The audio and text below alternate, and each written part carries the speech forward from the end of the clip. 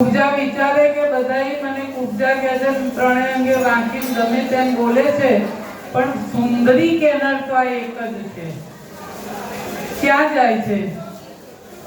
તો કે હું કૃષ્ણને કંસની સેવિકા છું અને આ ચંદન એમને લગાવવા રોજ મારે જવું પડે. હવે આ ચંદન नहीं लागे कंस ने, कंस की ऐसी की तैसी. हवा चंदन નું લેપન તમને થશે ના. તમે મને સુંદરી કહી છે.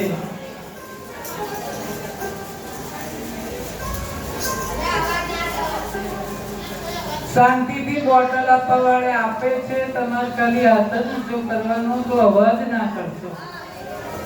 કદાચ રહી જાય તો એ બોટલો મારી જોડથી લઈ જજો.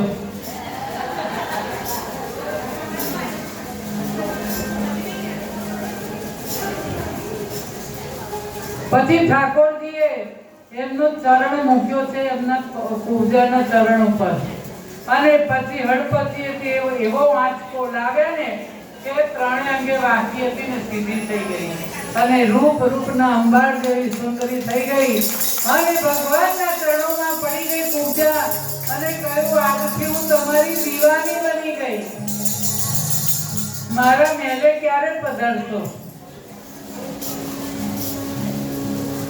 ભગવાને કહ્યું મામાની મુક્તિ કરવા આવ્યો છું, મામાની મુક્તિ કરીશ એટલે હું આવીશ, પહેલું જે કામ કરવા આવ્યો છું એ કરી લો.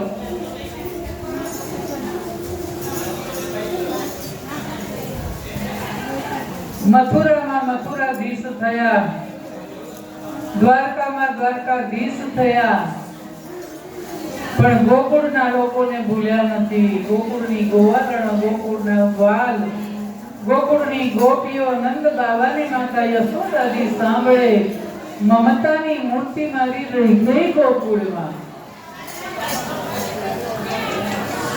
56 ભોગ અહીંયા છે મજાના, પણ માખણ અને મિશ્રી મારી રહી ગઈ ગોકુળમાં.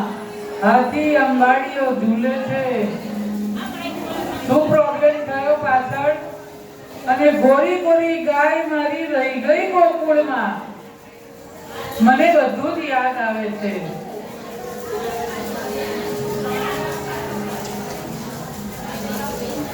વાતો નહીં.